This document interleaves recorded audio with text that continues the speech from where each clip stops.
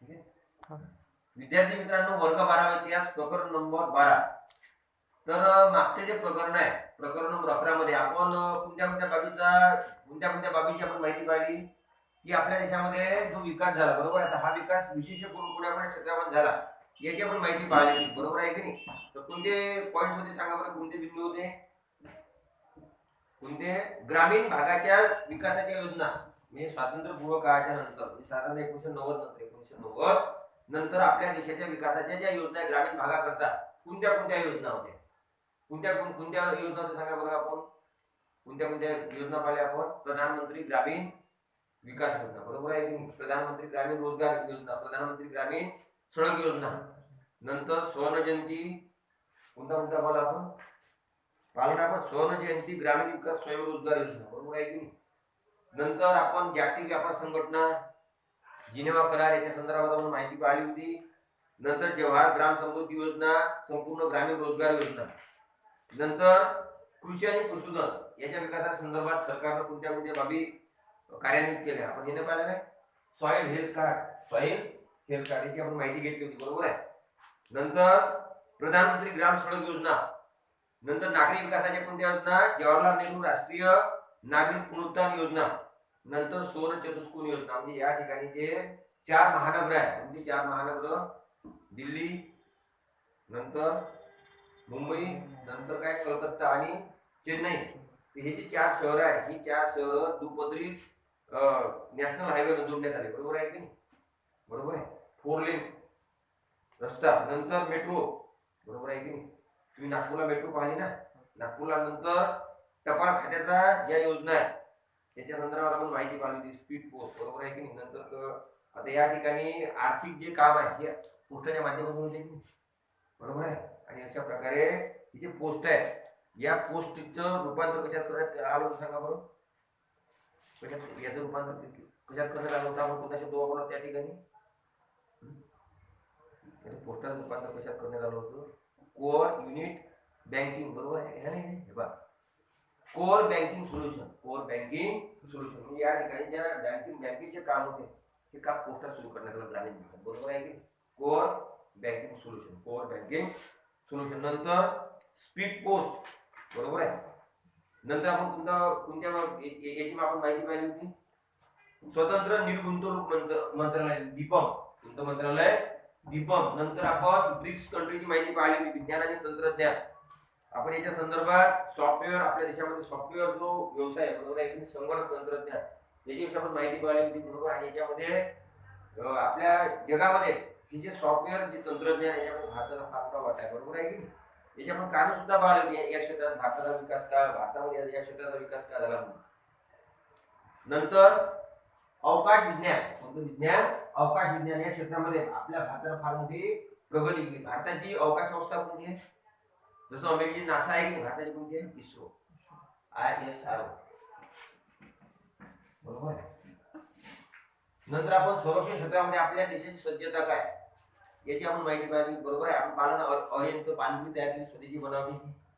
नंतर महिलांना सैन्यामध्ये कमिशन देण्यात आलं. नंतर आपल्या देशाचा इतर देशाच्या लष्करासोबत संयुक्त कवायती झाल्या, बरोबर आहे. याची आपण माहिती पाहिली ना. नंतर आपण कोणता मुद्दा पाहिला? माहितीचा अधिकार. कोणता पाहिला आपण? सरकारचं युवकांसोबत युवकाच्या संदर्भातलं धोरण, माहितीचा अधिकार आपल्या देशामध्ये का लोकांना देणार नाही, याच्या संदर्भातली जी चळवळ आहे, जी पार्श्वभूमी, याच्या संदर्भात माहिती पाहिली होती. आणि नंतर त्याचबरोबर कोणता भाग पाहिला होता? राज्याची पुनर्रचना.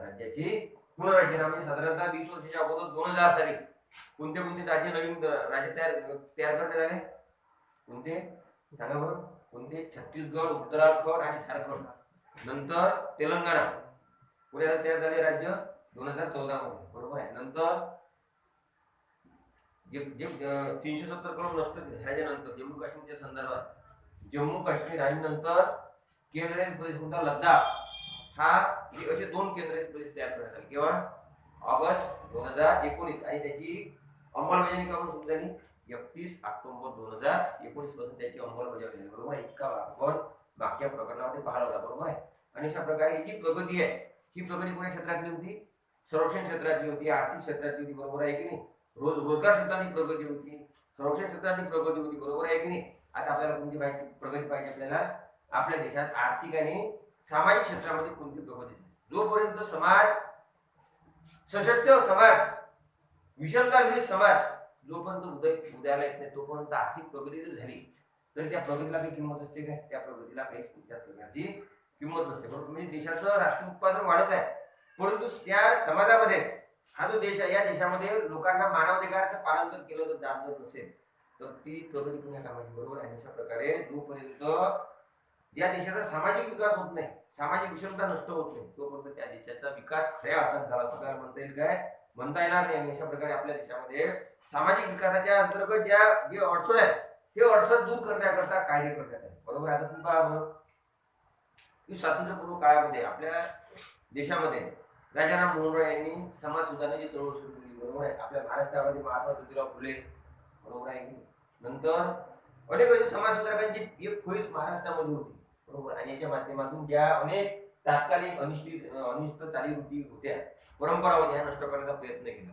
आता उदाहरणार्थ आपण अस्पृश्यतेची फार मोठी वाईट प्रथा होती, ती प्रथा नष्ट करण्याकरता स्वातंत्र्य सावरकर, डॉक्टर हेडगेवार, डॉक्टर बाबासाहेब आंबेडकर, महात्मा गांधी असे नंतर साने गुरुजी असे अनेक कार्यकर्ते पुढे आले आणि नंतर सामाजिक सुधारणेची चळवळ पुढे नेली की नाही. आणि अशा प्रकारे आता म्हणजे साधारणतः 1990 नंतर आपल्या देशामध्ये अनेक समाज सुधारण्याचे कायदे झाले. बरोबर आहे की नाही. आता तुम्ही ट्रिपल तलाक विरोधी कायदा मंजूर झाला की 2019 मध्ये ट्रिपल तलाक हा कायदा मंजूर झाला की नाही. त्याच्या अगोदर मुस्लिम महिलांना समजा तलाक 3 वेळा जर म्हटलं तर त्यांचा तलाक होऊन जातात. तलाक म्हणजे काय?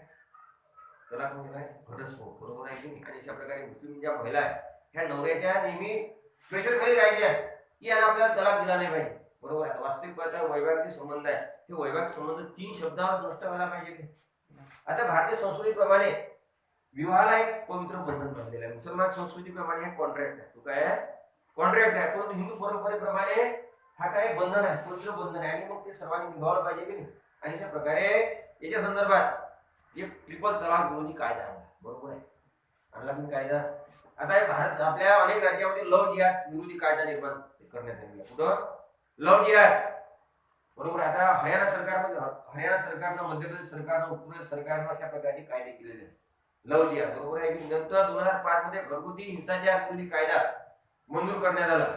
बरोबर आहे की नाही. आणि अशा प्रकारे समाज सुधारणाचे अनेक कायदे मंजूर करण्यात आले. याच्या अंतर्गत समाजातला जो दुर्लक्षित जो घटक आहे स्त्री, बरोबर आहे की नाही, याने या स्त्रीच्या प्राधान्य देण्या स्त्रीचे जे अधिकार आहे या अधिकाराला प्राधान्य देऊन अशा प्रकारचे स्त्रीच्या बाजूचे असे कायदे करण्यात आले. कशा करता की स्त्रीचं सशक्तीकरण व्हायला पाहिजे, स्त्री सक्षम व्हायला पाहिजे. बरोबर आहे की नाही. नंतर आपल्या देशामध्ये राष्ट्रीय मानवाधिकार आयोगाची निर्मिती करण्यात आली. कशा करता की माणसाला माणूस म्हणून जगता यावं, माणसाला माणूस म्हणून जगता यावं याच्याकरता त्याला ज्या ज्या गोष्टींची आवश्यकता आहे याची परिपूर्ती व्हायला पाहिजे. याच्या अंतर्गत आपल्या देशामध्ये कायदा right to education RT act आला. कोणता? RT act, right to education. Right to education म्हणजे जो बालक 6 ते 14 वर्षाचा आहे याला सक्ती आणि मोफत शिक्षण देण्यात आले.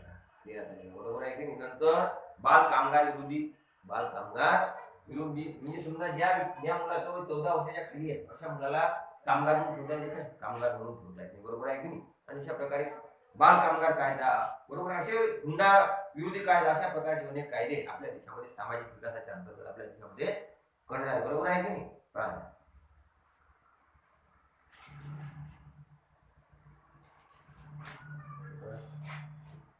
सामाजिक क्षेत्र बदलत्या भारताचे प्रतिबिंब सामाजिक क्षेत्रात उमटल्याचे दिसते. विविध कायद्याच्या आधारे बदलत्या भारताचे प्रतिबिंब सामाजिक क्षेत्रात उलटल्याचे दिसते. विविध कायद्याच्या आधारे सामाजिक विषमता दूर करून आर्थिक विकास समाजातील सर्व स्तरापर्यंत पोहोचण्याचा सरकारचा प्रयत्न आहे. या दृष्टीने 1993 चा राष्ट्रीय मानवाधिकार 2093 चा मानव अधिकार संरक्षण कायदा महत्वाचा आहे. आणि अशा प्रकारे आपल्या देशामध्ये जे बदल झाले, बरोबर आहे, आणि बदल सामाजिक क्षेत्रामध्ये सुद्धा याचं प्रतिबिंब दिसायला सुरुवात झालेली आहे.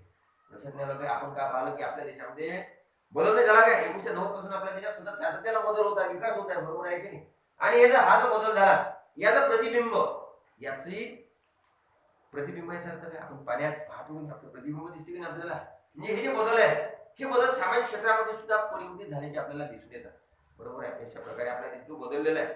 याचं जे परिवर्तन आहे हे सामाजिक क्षेत्रामध्ये सुद्धा याचं प्रतिबिंब आपल्याला दिसत आहे. याच्या अंतर्गत 1993 चा कोणता कायदा? मानव संरक्षण कायदा.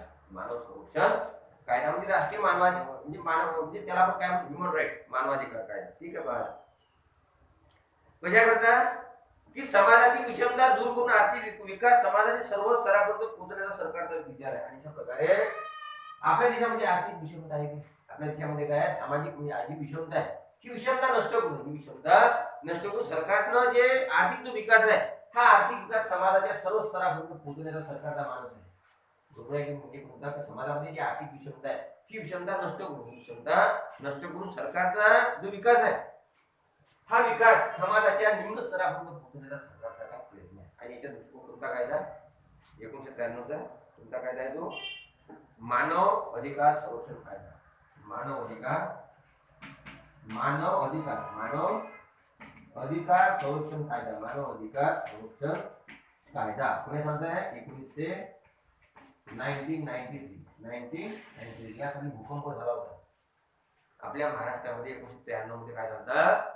भूकंप झाला होता. आपल्या गावात सुद्धा धक्के बसले होते. सप्टेंबर 1993 त्यासाठी कोणता कायदा?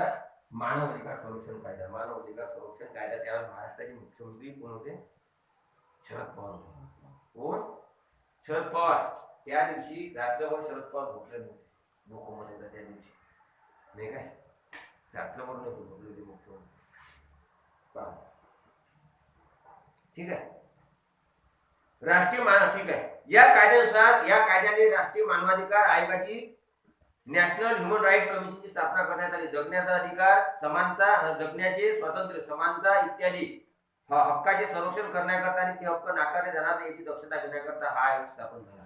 आणि अशा प्रकारे कोणता राष्ट्रीय मानव अधिकार संरक्षण कायदा 1993 बरोबर. आणि या कायद्यानुसार राष्ट्रीय मानवाधिकार आयोगाची निर्मिती करण्यात आली. कशा करता? की माणसाला जगण्याचा स्वातंत्र्य असावं. बरोबर आहे. सर्वात महत्वाचा मुद्दा कोणता? जगण्याचे स्वातंत्र्य. समजा माणूस जर जगला नाही, माणूस जर मरण पावला तर मग बाकी अधिकारात करत आहे. मी कोणतं? जगण्याचे स्वातंत्र्य महत्वाचा कोणता? जगण्याचे स्वातंत्र्य आणि समानता इत्यादी हक्काचे रक्षण करण्याकरता जगण्याचं स्वातंत्र्य आणि जगण्याचा अधिकार आणि स्वातंत्र्य. जगण्याचा अधिकार आणि स्वातंत्र्य हे जे हक्क आहे या हक्काचा रक्षण करण्याकरता जगण्याचं स्वातंत्र्य, जगण्याचा अधिकार आणि जगण्याचे स्वातंत्र्य आणि समानता इत्यादी हक्काचे रक्षण करण्याकरता आणि ते हक्क नाकारले जाणार नाही याची दक्षता घेण्याकरता हा एक स्थापन झाला. जगण्याचा अधिकार स्वातंत्र्य आणि समानता. जगण्याचा अधिकार स्वातंत्र्य आणि समानता याची जपणूक करण्याकरता म्हणजे हे अधिकार जे आहे हे अधिकार नाकारले जाणार नाही. बरोबर. याची दक्षता घेण्याकरता राष्ट्रीय मानवाधिकार आयोगाची स्थापना करण्यात आली. कशाकरता? जगण्याचे स्वातंत्र्य, जगण्याचा अधिकार. एखाद्या माणसाला दुसऱ्या माणसानं जर मारलं तर त्याचा जगण्याचा अधिकार नाकारला की नाही? जगण्याचं स्वातंत्र्य नाकारला की नाही? समानता. कायद्यासमोर कोणी लहान आहे का मोठा आहे? सगळे सारखेच आहे की समानता. म्हणजे अशा प्रकारे जगण्याचं स्वातंत्र्य आणि समानता हे जे हक्क आहे या हक्काचं रक्षण करण्याकरता राष्ट्रीय मानवाधिकार आयोगाची नेमणूक म्हणजे राष्ट्रीय मानवाधिकार आयोग तयार करण्यात आलेला आहे. बरोबर आहे. म्हणजे राष्ट्रीय मानवाधिकार हा जो आयोग आहे याला न्यायालयाचे अधिकार असतात. काय असतात? न्यायालयाचे अधिकार. आता पहा बरं, समजा मानवाधिकार म्हणजे काय? ह्युमन राईट्स म्हणजे काय? समजा जर एखादा लहानसा बालक आहे त्याला मारता येते का? समजा एखादा लहानसा बालक आहे आणि समजा त्याला कोणी एखाद्या माणसानं जर मारलं तर त्याला अटक होते. त्याला अटक होते की नाही? म्हणजे काय? बाल क्रौर्य कायदा. म्हणजे समजा एखादा लहानसा बालक आहे त्या लहानशा बालकाला मारता येते काय? मारता नाहीत ना. किंवा समजा एखाद्या कुणाला समजा त्याला आपल्याला समजा कोणाला टोन टाकून बोलता येते काय? कोणाला लहान बालकाचा अपमान करता येते काय? अपमान नाही करता येत. आणि अशा प्रकारे कोणती जी व्यक्ती आहे त्या व्यक्तीला माणूस म्हणून जगण्याकरता जी परिस्थिती आवश्यक आहे अशी परिस्थिती मानवाधिकार कायद्याच्या अंतर्गत त्या व्यक्तीला प्रदान करण्यात येते. म्हणजे अशा प्रकारे काय? जगण्याचे स्वातंत्र्य आणि समानता याचं रक्षण करण्याकरता किंवा समजा हक्क हिरवले जाऊ नये याकरता राष्ट्रीय मानवाधिकार आयोगाची नेमणूक करण्यात आली. याची नियुक्ती करण्यात आली. हा त्या आयोग तयार करण्यात आलेला आहे. आणि याचे अध्यक्ष कोण असतात म्हणजे काय, जे जे जज असतात, न्यायमूर्ती असतात, बरोबर आहे. निवृत्त न्यायमूर्ती त्याचे काय असतात, अध्यक्ष असतात, बरोबर आहे. त्याला असे सभासद असतात.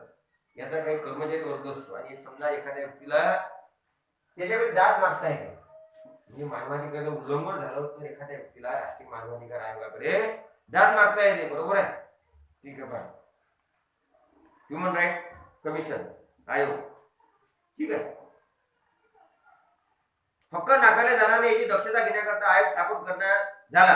या कायद्यानुसार वृत्तपत्रात किंवा प्रसिद्धी माध्यमाद्वारे अन्यायाच्या संदर्भात प्रसिद्ध झालेल्या बातमीची दखल आयोग घेऊ शकतो. आणि हा जो आयोग आहे, या आयोगाकडे कंप्लेंट आली पाहिजे का असं करू नये. तर समजा एखादा प्रसार माध्यम आहे, प्रसार माध्यमाच्या म्हणजे एखादा प्रसार माध्यम आहे, कोणत्या प्रसार माध्यम सांगा बरं. प्रिंट मीडिया आहे आणि इलेक्ट्रॉनिक मीडिया आहे. इलेक्ट्रॉनिक मीडिया म्हणजे काय, अनेक प्रकारच्या वाहिन्या आहे ना, अनेक प्रकारच्या वाहिन्या आहेत.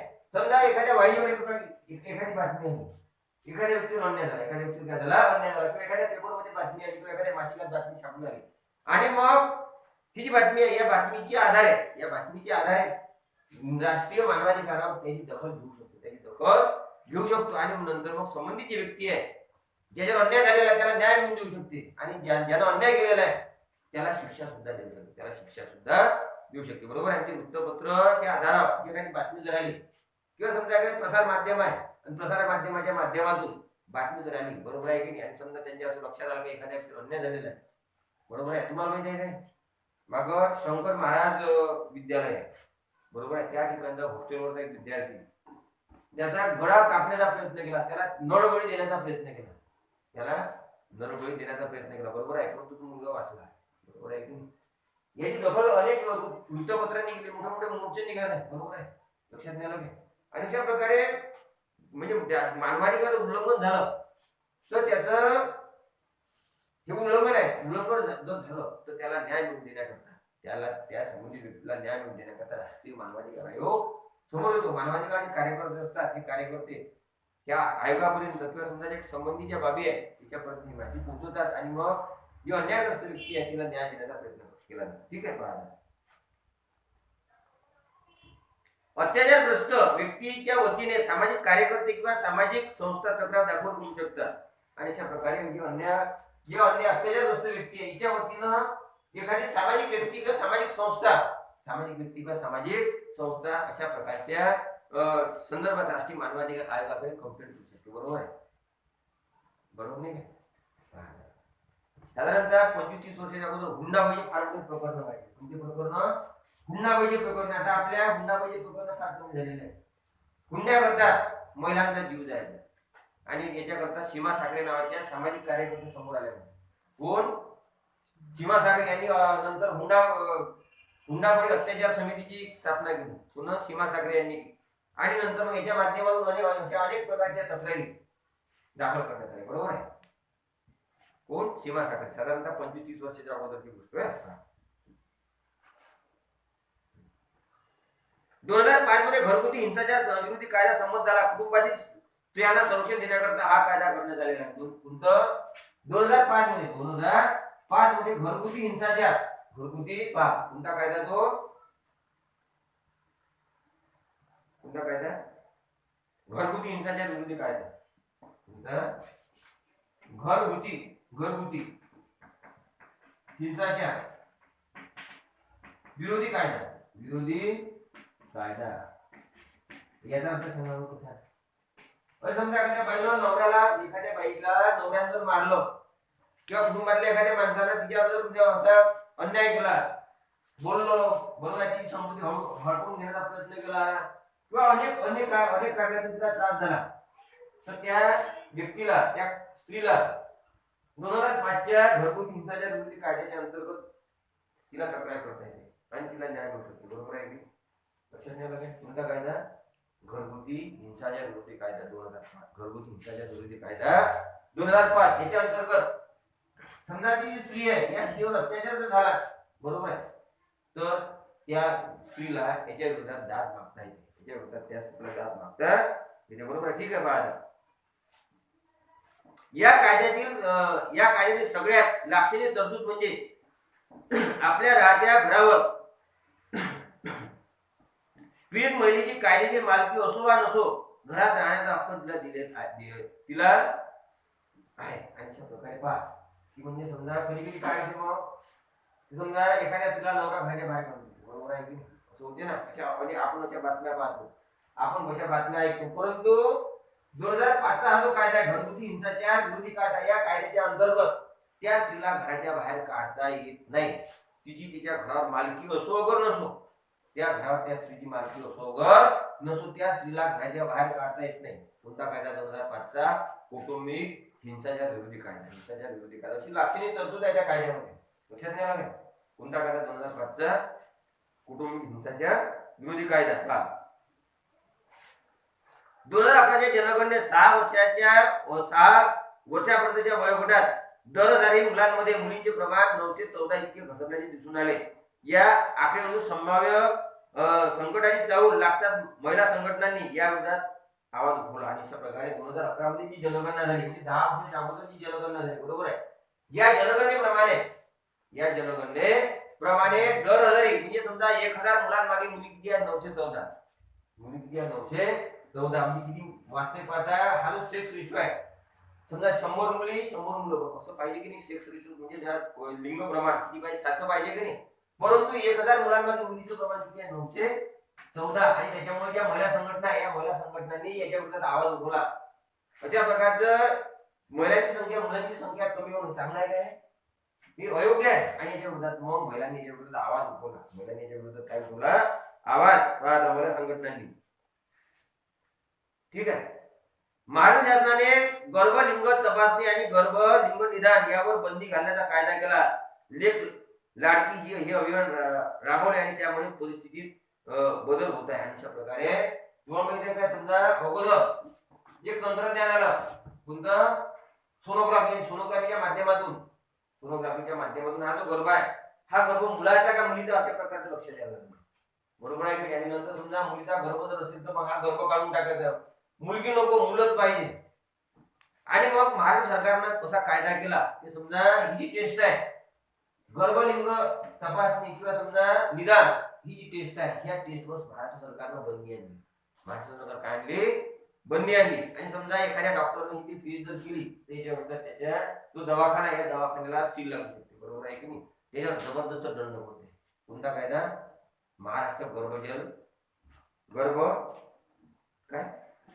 गर्भलिंग निदान, गर्भलिंग तपासणी आणि निदान. गर्भलिंग तपासणी आणि निदान. गर्भलिंग म्हणजे काय? समजा गर्भामध्ये जे बाळ आहे, हा याचं लिंग कोणतं? मुलगा आहे की मुलगी आहे. म्हणजे गर्भलिंग निदान आणि तपासणी आणि निदान हा जो कायदा विरोधी कायदा आहे, हा महाराष्ट्र शासनाने संमत करण्यात आला. कोणतं अभियान राबवलं? लेख लाडकी, बरोबर आहे. ठीक आहे. आता बाबा समजा एखादी मुलगी नकोशी जर असेल तर तिचं नाव काय ठेवायचं? नकोशी. काय? मुलीचं नाव नकोशी. आता वास्तविक बरोबर आहे का? सगळे मुलीचं नाव नकोशी ठेवणं बरोबर आहे काय? अशा मुलींचे नाव, अनेक मुलींचे नाव ठेवलं नकोशी. काय? नकोशी पहा गोष्ट असतो आपल्या भारत सरकारमध्ये मंत्री आहे, त्यांचं नाव माहिती आहे का तुम्हाला? इराणी.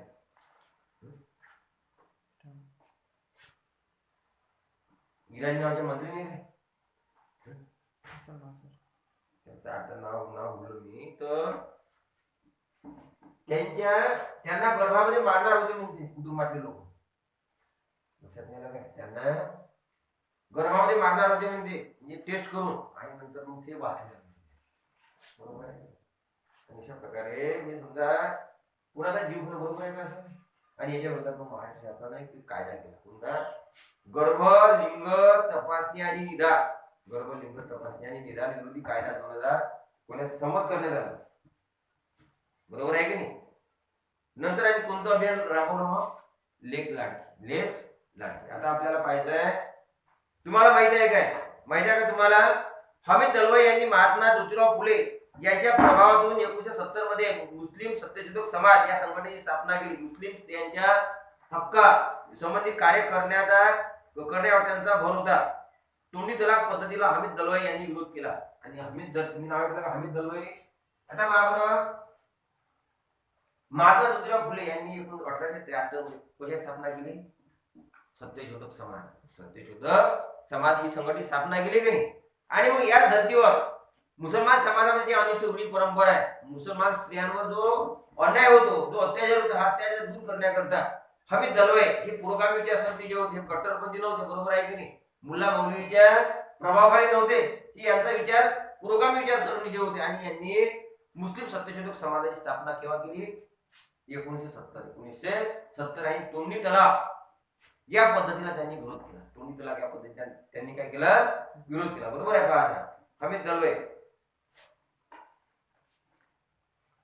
2019 मध्ये इसवी सन 2019 मध्ये संसदेने पारित केलेल्या कायद्यानुसार तिहेरी तलाक पद्धत रद्दबातल करण्यात आलेली आहे. आणि 2019 मध्ये जो मोदी सरकारने कायदा केला, या कायद्याप्रमाणे तिहेरी तलाक ही पद्धत आहे, ट्रिपल तलाक, तलाक तलाक तलाक झाला तलाक इतकं म्हटल्यावर ही पद्धत रद्द करण्यात आली. ही पद्धत रद्द करण्यात आली. समजा जो कोणी अशा प्रकारचा तलाक देईल त्याला शिक्षेची तरतूद करण्यात आली. त्याला शिक्षेची तरतूद करण्यात आली. ठीक आहे पहा. धर्मनिरपेक्ष लोकशाही राष्ट्र म्हणून भारतातील सर्व नागरिकांना समान एकच समान नागरिक कायदा असावा असे त्यांचे मत होते. आणि अशा प्रकारे भारत हे कसं राष्ट्र आहे? धर्मनिरपेक्ष राष्ट्र आहे, लोकशाहीवादी राष्ट्र आहे. आणि त्याच्यामुळे सर्वांकरता एकच समान नागरिक कायदा असावा, सर्वांकरता एकच समान नागरिक कायदा असावा असं त्यांचं मत होतं. तुम्हाला माहिती आहे काय की मुसलमानांकरता व्यक्तिगत असे जे कायदे आहेत हे अलग आहे. मुसलमान पर्सनल लॉ हा अलग आहे, हिंदू करता कायदे अलग आहे, ख्रिश्चन करता कायदे अलग आपल्या देशामध्ये. आणि अशा प्रकारे जे सामाजिक कायदे अलग आहे, विवाह संबंधी कायदा, घटस्फोटा संबंधी कायदा अलग आहे, बरोबर आहे की नाही. नंतर बाकीच्या संपत्तीमध्ये जो वारसा याच्या संदर्भातले ते कायदे अलग आहे, ख्रिश्चन करता कायदे अलग आहे. परंतु सर्वांकरता भारत हे लोकशाहीवादी राष्ट्र आहे, धर्मनिरपेक्ष राष्ट्र आहे. ही जी राज्य संस्था आहे, या राज्य संस्थेनं कोणत्या धर्म म्हणजे ही जी राज्य संस्था आहे, जी शासन आहे, बरोबर आहे, तर या शासनानं किंवा संविधानानं कोणत्या धर्माला काही महत्व दिलं का? असं संविधानाप्रमाणे सर्व धर्म कसे आहेत? समान आहेत का नाही. लोकशाहीवादी राष्ट्र आहे. आणि लोकशाही राष्ट्रवादी राष्ट्रामध्ये हे जे पर्सनल जे लॉ आहे ते लॉ नको, याच्याकरता एकच समान नागरिक कायदा असावा असं हमीद दलवाई यांचं मत होतं. ठीक आहे.